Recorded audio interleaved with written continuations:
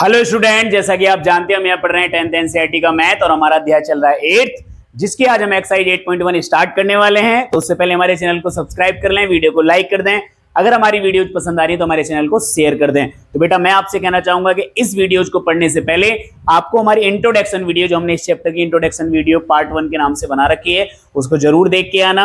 अगर उसको देख के आओगे तो आपको एक्सरसाइज बहुत अच्छे समझ में आएगी। तो हमारा जो पहला सवाल है बेटा, उसमें लिखा हुआ है कि त्रिभुज एबीसी में जिसका कोण बी जो है वो समकोण है। हमने आपको कहा था त्रिकोणमिति में जितने भी आपके त्रिभुज होंगे वो लगभग समकोण त्रिभुज होंगे, क्योंकि उसी के हिसाब से त्रिकोणमिति अपने सवालों को हल करती है। ठीक है ना। तो हमको जो दिया गया है वो दिया गया है कि त्रिभुज एबीसी, क्या दिया गया है?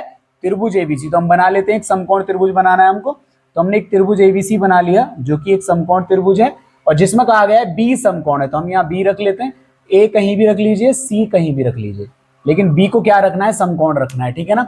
एंगल बी हमको कितना दिया है बेटा? एंगल बी आपको दिया है बेटा 90 डिग्री। ठीक है।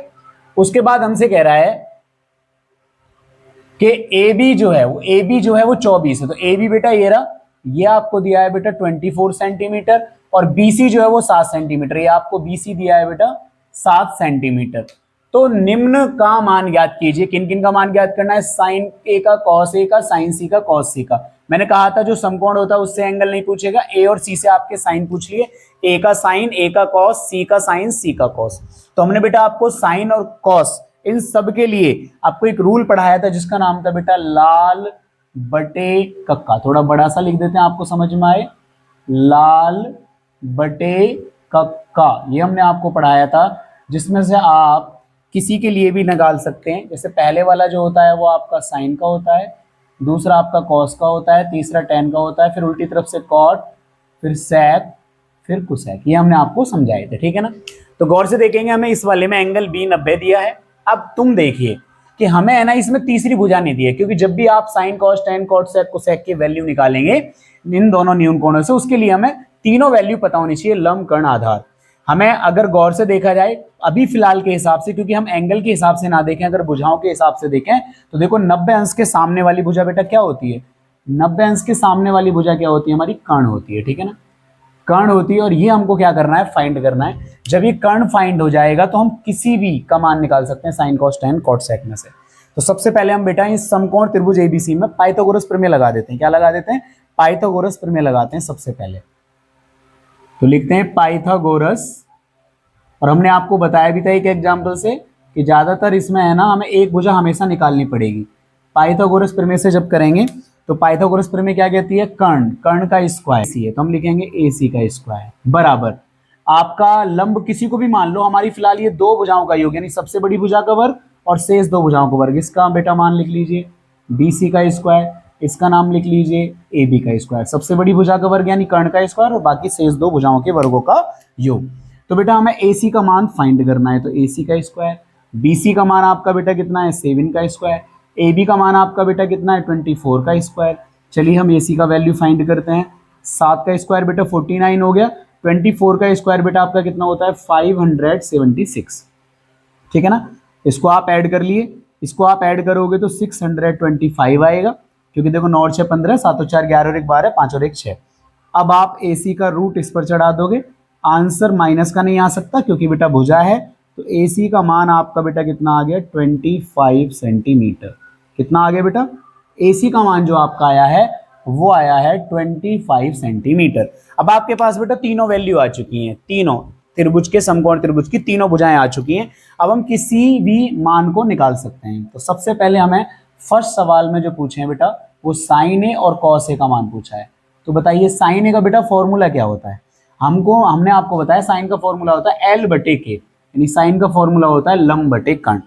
अब बेटा साइन का फॉर्मूला लंब बटे कर्ण होता है। अब तुम खुद बताइए कि हाँ साइन ए के लिए, क्या ए के लिए लंब कौन है? हमने आपको बताया भी था कि लंब जब देखना हो तो एंगल के सामने वाला होता है, हम इसके लिए फाइंड कर रहे हैं। तो ए के लिए बेटा लंब कौन होगा? ए के लिए लंब होगा बेटा ये 7। कितना होगा? 7। और बेटा कर्ण कौन होगा? कर्ण सबके लिए 25 ही होगा। भुजाओं के नाम के साथ भी लिख सकते हैं कि BC अपॉन AC, आप चाहो तो डायरेक्ट भी लिख सकते हो क्योंकि हमें ये फॉर्मूला पता है लंब बटे कर्ण।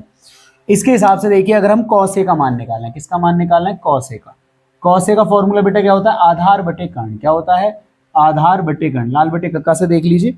अब जब हम इसकी वैल्यू निकालेंगे तो हम किस एंगल के लिए निकालने बेटा, ए एंगल के लिए, और ए एंगल के लिए हमें ए का मतलब आधार को देखना है, तो ए एंगल के लिए आधार यही होगा क्योंकि ये तो कर्ण है, तो ये कितना है बेटा 24, ये आपका 24 है, और कर्ण सबके लिए बेटा 25 है। तो इस तरीके से अगर आप देखोगे गौर से तो हम ए एंगल के हिसाब से, क्योंकि कॉस ए और साइन ए दोनों की वैल्यू हम निकाल चुके हैं। जो आपका बेटा सेकंड क्वेश्चन है, सेकंड क्वेश्चन में आपसे बेटा साइन सी की वैल्यू पूछी है। अब साइन सी की पूछे चाहे ए की पूछे, फॉर्मूला चेंज नहीं होगा, फॉर्मूला लंब बटे कर्ण होगा। बस आपको ये देखना है कि सी के हिसाब से लंब कौन होगा, तो साइन सी। बेटा अब सी एंगल आपका बेटा ये वाला है, अगर गौर से देखोगे तो आपका सी एंगल ये वाला है। अगर सी एंगल ये वाला है तो लंब बेटा इसके सामने वाली भुजा होती है, तो लंब क्या होगी 24, तो सी के हिसाब से आपका लंब क्या हो गया 24, और कर्ण आपका बेटा क्या है 25। अब बेटा मैं इसलिए कह रहा हूं कि अगर आपने इंट्रोडक्शन वीडियो नहीं देखी है तो आप उसको एक बार जरूर देख लें, क्योंकि हमने ये लंब कर्ण देखने बहुत अच्छे से बहुत डिटेल में हमने आपको वहां समझा रखे हैं। एक बार अगर आप देखे होगे तो आपको बिल्कुल भी कोई कंफ्यूजन नहीं होगा और आप हर वैल्यू को निकाल पाओगे। कॉस सी बराबर बेटा आधार बटे कर्ण, क्योंकि कॉस का फॉर्मूला तो ए बटे के ही आधार बटे कर्ण होता है। अब सी के हिसाब से आपका आधार क्या है, सी के हिसाब से आधार देखना है, तो बेटा सी के हिसाब से इन दो भुजाओं पे बन रहा है तो आधार उसका जड़ वाला होता है, तो ये कर्ण है तो क्या हो गया 7 हो गया। तो कॉस सी में जो आधार है बेटा वो 7 है। कर्ण सबके लिए फिक्स होता है, ये हमने आपको पहले से ही बताया हुआ है कि कर्ण सबके लिए फिक्स होता है, क्योंकि कर्ण बिल्कुल फिक्स वैल्यू होती है। ठीक है, तो इस तरीके से बेटा आपने देखा साइन ए का मान 7/25 आया, लेकिन साइन सी का मान 24/25 आया। कॉस ए का मान 24/25 आया, लेकिन कॉस सी का मान 7/25 आया। जब भी न्यून कोण आपस में चेंज होते हैं तो आपस में वैल्यू चेंज हो जाती है। समझ में आ गई बात? तो इस तरीके से आपने देखा कि हम किसी भी समकोण त्रिभुज में अगर कोई एक वैल्यू भुजा की ना दी हो तो उसको फाइंड करने के बाद हम किस प्रकार, बल्कि इसमें हमसे tan, cot, sec, cosec कुछ भी पूछे, ए और सी से सबको निकाल सकते हैं। बी से हमने बता रखा है नहीं पूछेगा, ए और सी से न्यून कोणों से ही पूछेगा। तो बेटा इस तरीके से आपका जो पहला सवाल है वो खत्म होता है। उम्मीद है आपके समझ में आ गया होगा। अब चलते हैं अपने दूसरे सवाल पर। तो ये बेटा आपका दूसरा सवाल, जिसमें कह रहा है इस आकृति को देखकर आप tan p minus cot r, यानी आपसे tan और cot के मान नहीं पूछे, आपसे एक वैल्यू निकलवाइए कि tan p minus cot r का मान बताइए। तो आपको उसके लिए बेटा tan p की वैल्यू निकालनी पड़ेगी पहले, और cot r की वैल्यू निकालनी पड़ेगी, तभी आप उसको यहां रख पाओगे, तभी आप इसका आंसर निकाल पाओगे। तो हमारा फोकस है p और r से पूछें, tan को p से पूछा है, cot को r से पूछा, उससे हमें कोई फर्क नहीं पड़ता, हम दोनों से निकाल सकते हैं, किसी की भी वैल्यू पूछ लें। लेकिन हमें एक कंडीशन देखनी पड़ेगी कि हमें इस त्रिभुज में, क्योंकि ये भी एक समकोण त्रिभुज है जिसमें एंगल क्यू जो है वो समकोण है, अगर आप गौर से देख पा रहे हो, बेशक ना दिया हो इसमें लिख के, लेकिन एंगल क्यू जो है बेटा वो समकोण त्रिभुज है।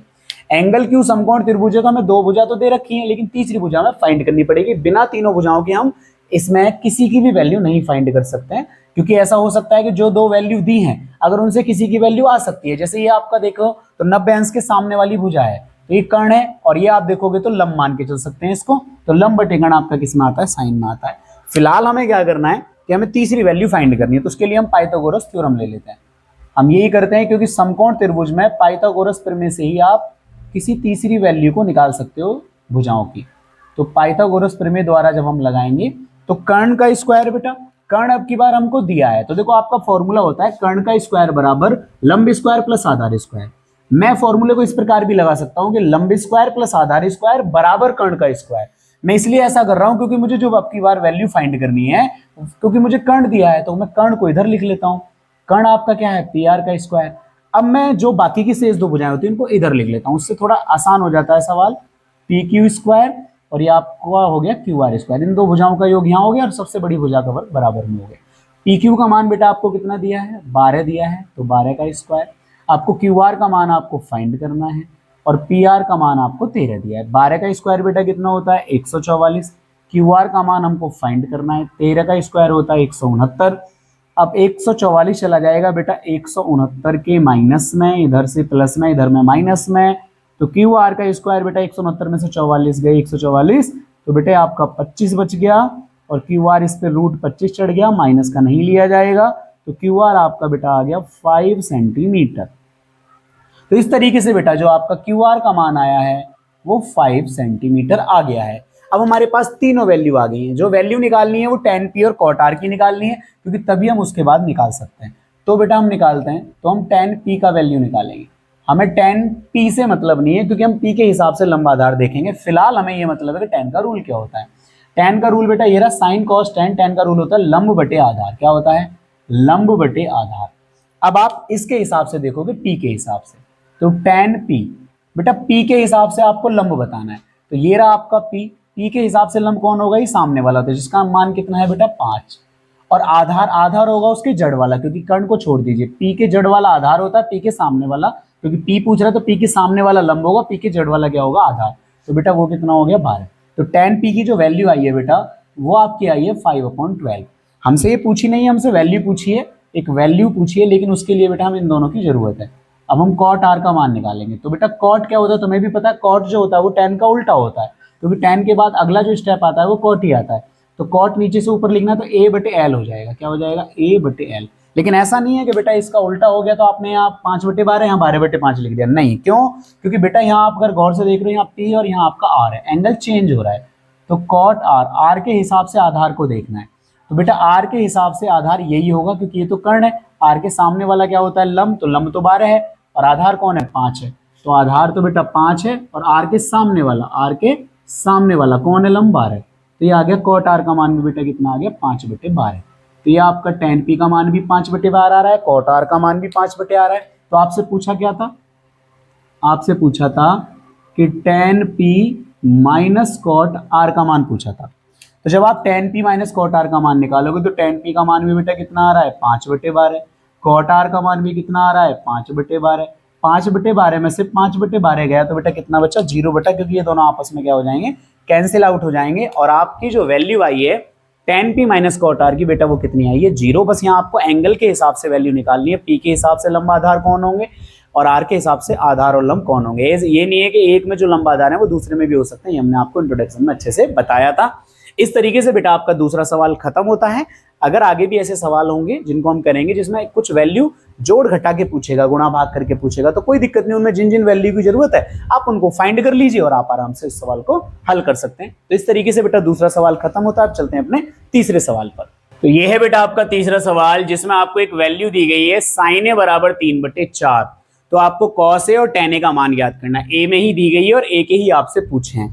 तो देखिए आप इसको चित्र के माध्यम से कर सकते हो, लेकिन एक चीज मैं आपको पहले ही बताना चाहूंगा, इस बात को ध्यान रखेंगे कि अब तक आप जो सवाल कर रहे थे उसमें बेटा आपको एक चित्र दिया गया था समकोण त्रिभुज, जिसमें दो वैल्यू बिल्कुल अलग अलग लिख के दी गई थी कि वैल्यू ये है। लेकिन अब की बार बेटा जो आपको sin a का मान 3/4 दिया गया है, देखो हो सकता है कि जो हम sin a के मान बना रहे हैं अभी तक, हो सकता है जैसे मान लो 4/12 है सपोज करो, या आप ऐसे कह सकते हो कि sin a का मान जो है वो 5/15 है सपोज करो, या आप कह सकते हो कि sin a का मान जो है वो आपका 7/21 है। तो हम बेटा वैल्यू को आपस में काट भी सकते हैं। 4 एकम 4, 4 तिया 12 है तो ये कितना आया? 1/3।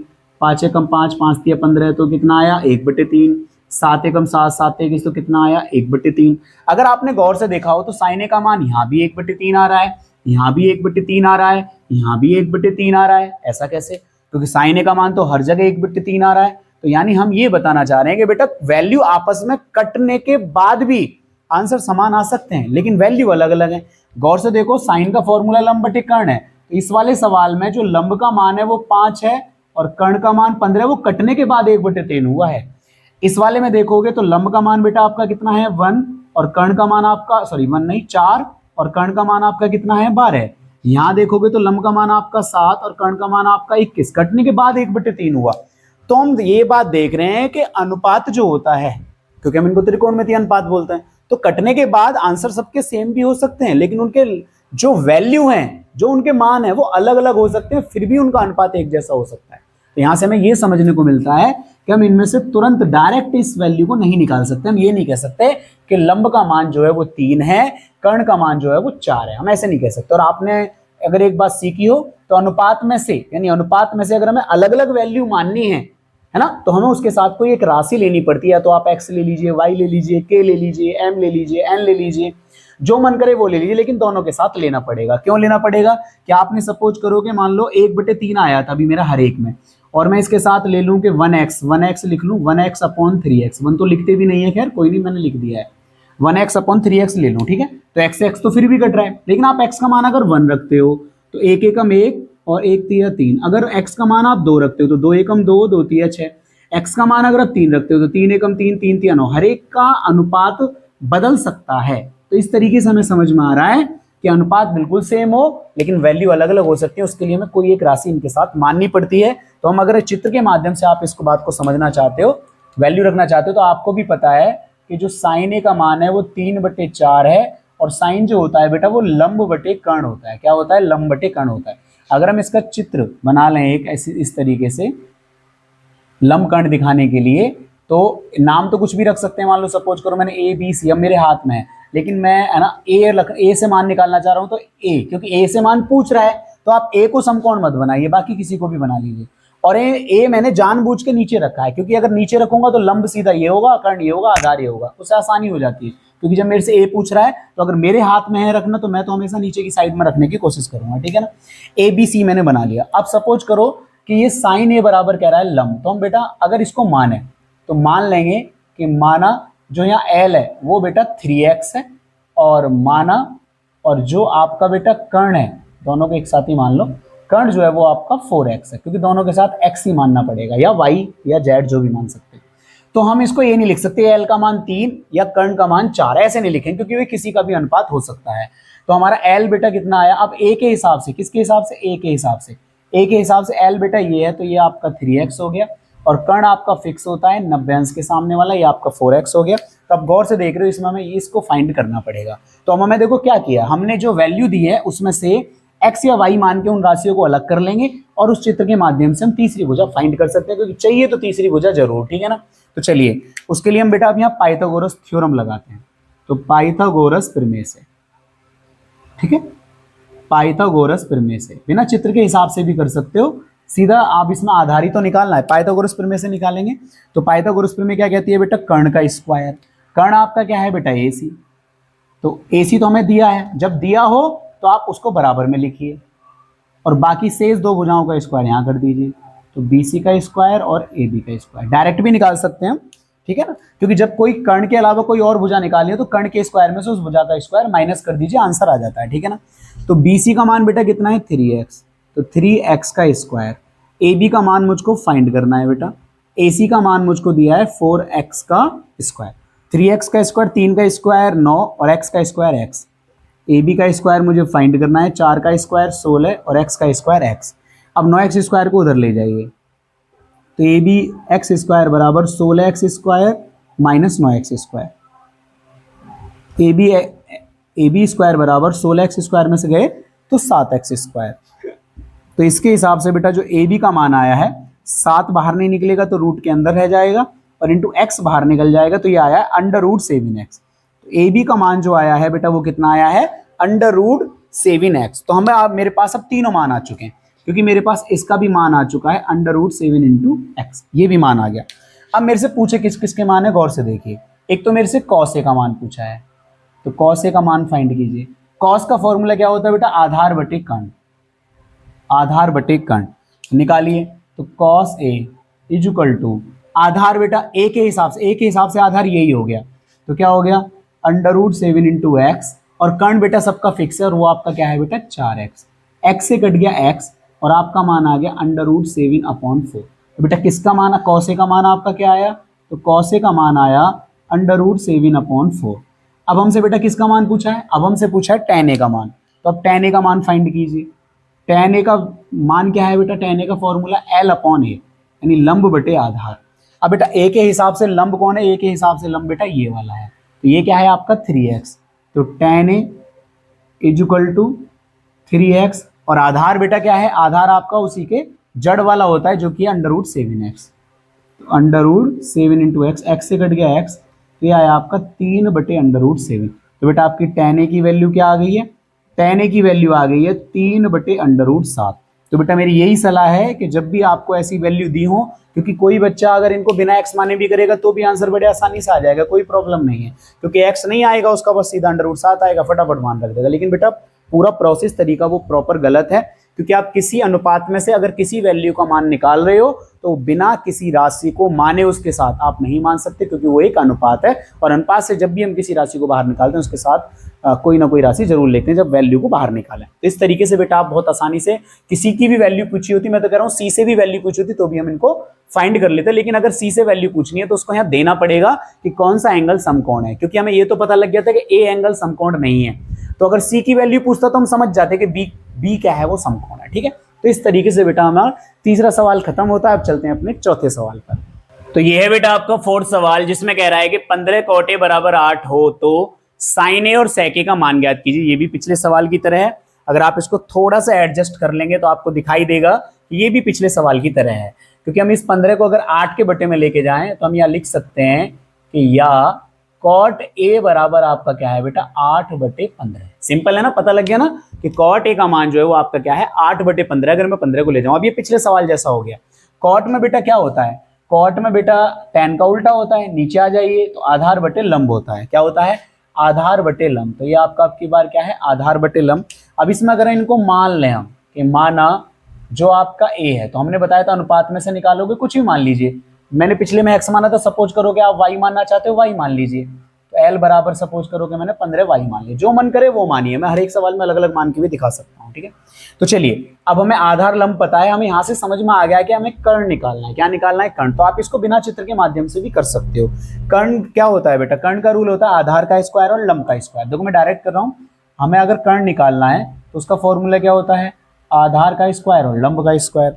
तो निकालिए, के स्क्वायर बराबर a का मान बेटा कितना है 8y, तो 8y का स्क्वायर। l का मान बेटा आपका कितना है 15y, तो 15y का स्क्वायर। तो के स्क्वायर बराबर 8 8 कितना हो गया बेटा 64, 64y का स्क्वायर। 15 15 कितना हो गया 225, 225y का स्क्वायर। तो के स्क्वायर बराबर, जिनमें अनुपात दिए होते हैं उनको आप बिना चित्र के माध्यम से, चित्र भी बनाने में कोई ज्यादा बड़ी बात नहीं है, आप एक समकोण त्रिभुज बना लेंगे। समकोण त्रिभुज बनाने के बाद जिसकी वैल्यू ए में कह रहा है सब, ए आप यहाँ रखिए जिससे आपको आसानी पड़ेगी। अब किसी को भी समकोण मान लीजिए, क्योंकि और किसी की बात ही नहीं कर रहा है, किसी और एंगल को और पूछा हो तो तीसरे कोण को समकोण मानते हैं। अब यहाँ से अगर आप देखोगे तो जो आधार दिया है तो एक ही जड़ वाला हो गया, तो ये आपको कितना हो गया बेटा, ये आपका 8y हो गया, और लंब जो हो गया वो a के सामने वाला हो गया, तो ये आपका कितना हो गया 15y हो गया। ये हमको बेटा फाइंड करना है। ठीक है, तो इस तरीके से कोई ज्यादा बड़ी बात नहीं है। इसको और इसको ऐड करेंगे तो बेटा 289 y का स्क्वायर और के स्क्वायर बराबर 289 y के स्क्वायर पे बेटा यहाँ से इसका एक काम करो निकाल लो, 289 तो 17 का वर्ग है और y स्क्वायर y का वर्ग है। तो एक तरीके से k का मान जो आया बेटा वो आपका 17y आ गया, यानी k का मान जो आया वो आपका कितना आया 17y आ गया।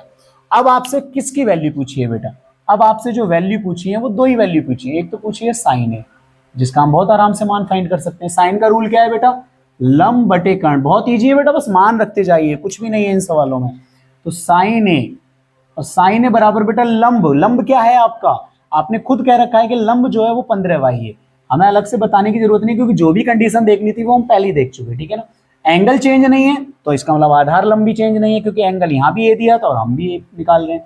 कर्ण का मान बेटा आपका कितना आया है 17y, तो y से y बेटा कैंसिल आउट हो गया, तो आपका वैल्यू आ गया 15/17। तो आपका बेटा साइन ए का जो मान आया है वो आया 15/17। इसी तरीके से बेटा आपसे दूसरे वैल्यू क्या पूछा है, दूसरा वैल्यू आपसे पूछा है sec ए। अब sec ए का फॉर्मूला क्या होता है बेटा, कॉस का उल्टा, इधर आ जाइए, sine cos tan cot sec, ये रहा sec। sec का क्या होता है कर्ण बटे उल्टा, कर्ण बटे आधार। क्या होता है, कर्ण बटे आधार। तो बेटा ये भी ए से ही पूछ रहा है, एंगल चेंज नहीं हुआ है, तो जो कर्ण है वो कर्ण रहेगा। कर्ण आपका क्या है 17y है, ये रहा 17y, तो कर्ण आपका 17y है। और ए क्या है आपका, ए बेटा आपका 8y है, जो कि यहाँ भी लिख रखा है हमने 8y, y से y कैंसिल आउट हो गया, ये 17/8 आ गया। तो आपका बेटा sec a का मान जो आया है वो आ गया 17/8। बेटा किसी का भी मान निकाल सकते हो a के हिसाब से, और कोई दूसरा एंगल पूछो तो उसके हिसाब से भी। तो बेटा बहुत ही इजी सवाल है, आपको बस हर बार एक वैल्यू फाइंड करनी है। अनुपात वालों में मैंने कह दिया चित्र बना भी सकते हैं, बिना बनाए भी काम चल सकता है, क्योंकि हमें पहले से उसमें फिक्स कर लेते हैं कि लंब कौन है आधार कौन है। और कभी भी अगर आपसे ऐसे वैल्यू पूछेगा जिसमें अनुपात दिया होगा, उसमें अगर ए से पूछा है तो सारे वैल्यू ए से ही पूछेगा। हाँ, बहुत से सवालों में कह सकता है एंगल चेंज कर सकता है, लेकिन उसको फिर समकोण देना पड़ेगा, ये मैंने पहले ही बताया। ठीक है, तो इस तरीके से बेटा आपके 4 सवाल खत्म होते हैं। अब चलते हैं अपने 5वें सवाल पर। तो ये है बेटा आपका 5वां सवाल, जिसमें कह रहा है कि यदि sec थीटा बराबर 13/12 है तो आपको अन्य सभी त्रिकोणमितीय मानों को परिकलित करना है। sec, क्योंकि देखो टोटल आपके 6 होते हैं, sine cos tan cot sec cosec 6 होते हैं, 6 में से एक वैल्यू दिए, अन्य जो 5 बचे उनको और निकालना है हमको सभी को उसके लिए। लेकिन हम देखो यहाँ थीटा दिया गया है, यानी हमें एक ही कोण से सभी के 5 मान निकालने हैं। तो थीटा दिया गया ना, ए दिया गया ना, बी दिया गया ना, सी दिया गया और अनुपात दिया गया है। हम फिर भी अगर आप चाहो तो चित्र बना सकते हो और हम इसको लिख लेते हैं बेटा कि हमें दिया गया है sec थीटा बराबर 13/12। इससे अनुपात में हमें पता लगता है कि sec थीटा बराबर होता है कर्ण बटे आधार। क्या होता है? कर्ण बटे आधार। तो हम इस तरीके से अगर यहाँ मान है तो आपका जो कर्ण है, क्या है? कर्ण, वो आपका हो गया 13। अब चाहो तो कुछ और मान लो, चलो x ही मान लेता हूँ। k बराबर 13x हो गया और a बराबर बेटा 12x हो गया। ठीक है ना, दोनों को x मानना पड़ेगा। अब चित्र के हिसाब से करना चाहते हो तो देखो मैं चित्र के हिसाब से भी बता देता हूँ आपको। हाँ, आप एक ना फिगर बना लीजिए। यहाँ मैंने फिगर बना ली इसी समकोण त्रिभुज के हिसाब से।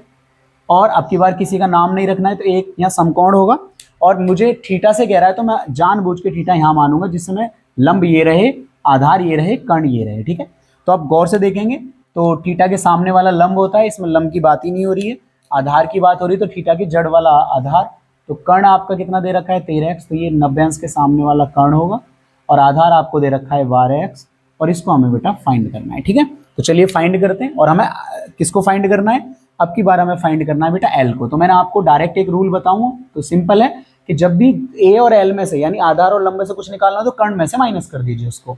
तो के स्क्वायर में से हम ए के स्क्वायर को क्या कर देंगे? माइनस, डायरेक्ट अगर समझना है तो। ठीक है, तो एल का वैल्यू हमको फाइंड करना है। के का वैल्यू हमको दिया है 13x, तो 13x का स्क्वायर माइनस ए का मान आपको दिया है 12x, तो 12x का स्क्वायर। चलिए आगे हल करते हैं। 13x को हम क्या लिख देंगे? 169x का स्क्वायर। 12 को हम लिख देंगे 144x का स्क्वायर। तो एल स्क्वायर बराबर 169 में से 144, क्योंकि दोनों एक्स स्क्वायर है, तो बेटा बचा 25x स्क्वायर।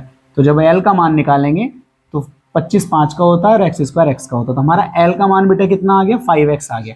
वैल्यू निकालनी बहुत आसान है। ठीक है, एल का मान 5x आ गया, हमें सभी मान थीटा में ही निकालने हैं, तो एक एक करके सभी मान निकाल देते हैं बेटा थीटा में। चलिए इधर फाइंड कर देते हैं। सबसे पहले मान निकालते हैं साइन थीटा का। साइन थीटा का फॉर्मूला है बेटा लंब बटे कर्ण। क्या है? लंब बटे कर्ण। तो लंब बटे कर्ण बेटा, लंब की वैल्यू क्या है? एल की वैल्यू आपकी आई है 5x, क्योंकि सभी उसी थीटा से हैं तो फटाफट निकाल के जा सकते हैं।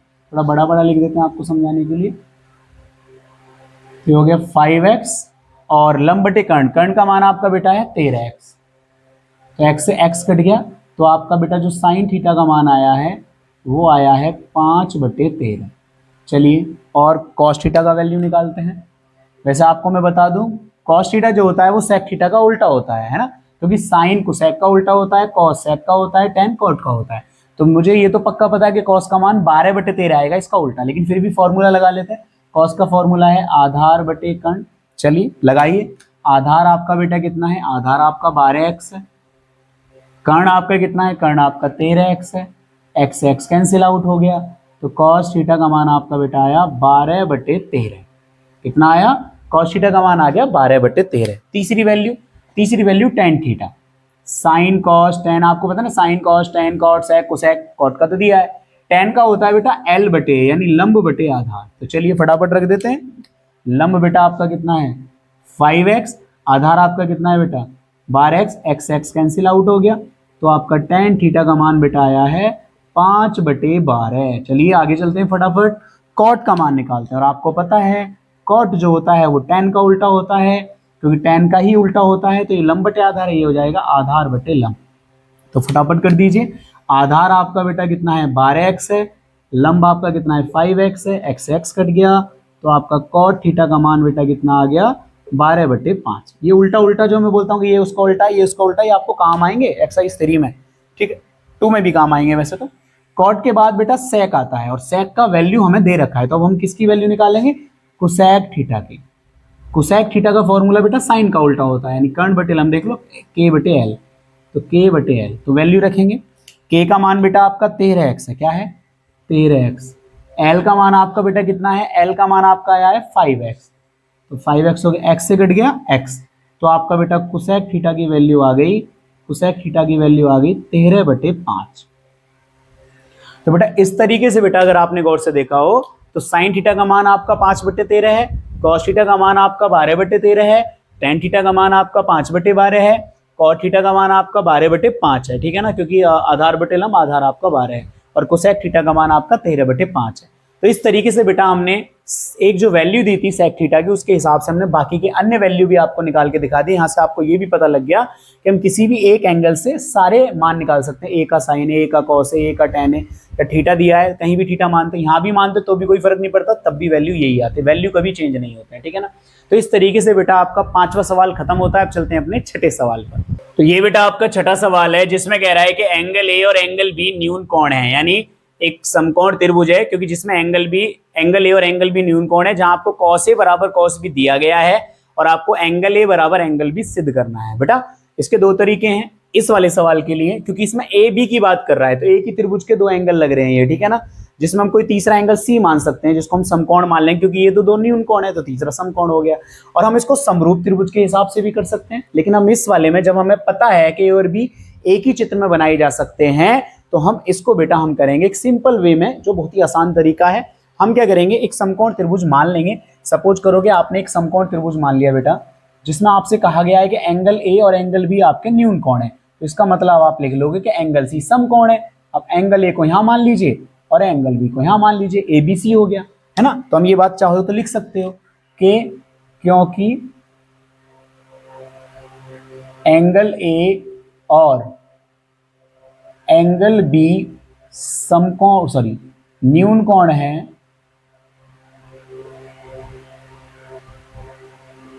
तो हम मान सकते हैं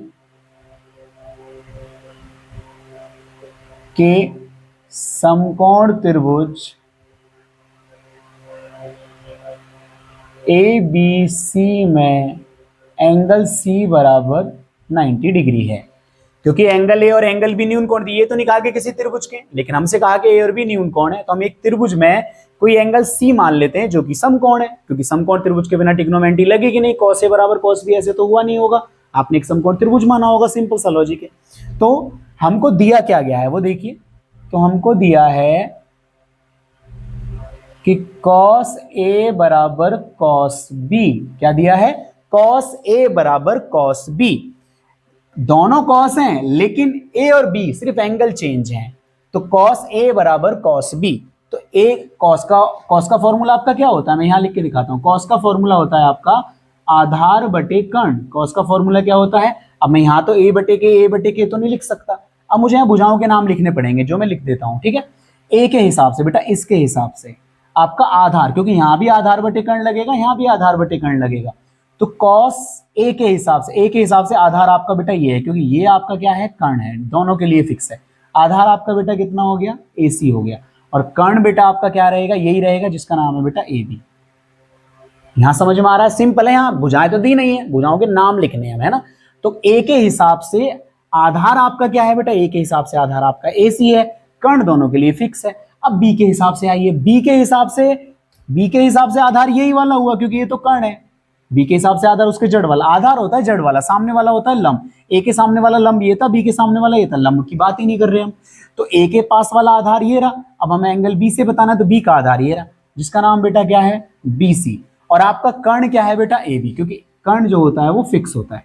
अगर आप यहाँ गौर से देख पा रहे हो, तो ए के हिसाब से AC अपॉन AB आया है आधार बटे कर्ण, और बी के हिसाब से BC अपॉन AB आया आधार बटे कर्ण, जहां कर्ण एक दूसरे के समान है। अगर आप गौर से देखोगे तो AB से बेटा AB जो है वो कैंसिल आउट हो गया, क्योंकि दोनों भुजाएं एक जैसी हैं, तो दोनों भुजाएं कैंसिल आउट हो गई। इसका मान लो 5 होता, तो 5 5 दोनों में से क्या हो जाता, कट जाता, जिसके हिसाब से बेटा हमारा क्या बच गया, हमारा बच गया AC बराबर BC, ये हमारा बच गया AC बराबर BC। अगर आप गौर से देखो AC कहाँ है बेटा, आपका AC बेटा देखो ये रहा, और BC कहाँ है बेटा, आपका ये रहा। तो अगर आप गौर से देख पा रहे हो, तो ये दो भुजाएं हमको पता लग रहा है कि दोनों भुजाएं आपस में बराबर हैं, क्योंकि cos A बराबर cos B दिया है, तो हमारा AC जो है BC के बराबर आ गया। और आपने एक त्रिभुज का एक नियम पढ़ा होगा बेटा, कि अगर दो भुजाएं बराबर हैं किसी त्रिभुज की, तो उसके सामने वाले कोण भी क्या होते हैं, बराबर होते हैं। हमने पढ़ा होगा कि त्रिभुज के अंदर समान कोणों की सम्मुख भुजाएं समान होती हैं, और सम्मुख भुजाओं के सामने वाले कोण भी क्या होते हैं, बराबर होते हैं। तो इस तरीके से पता लग रहा है, इसके सामने वाला कोण आपका क्या है, A है, और इसके सामने वाला कोण क्या है, B, और A और B आपस में क्या हो गए, बराबर। और यही हमसे बेटा पूछ रहा था, ये सबसे इजी वे है करने का, ठीक है। तो हम यहाँ लिख देंगे क्योंकि हम जानते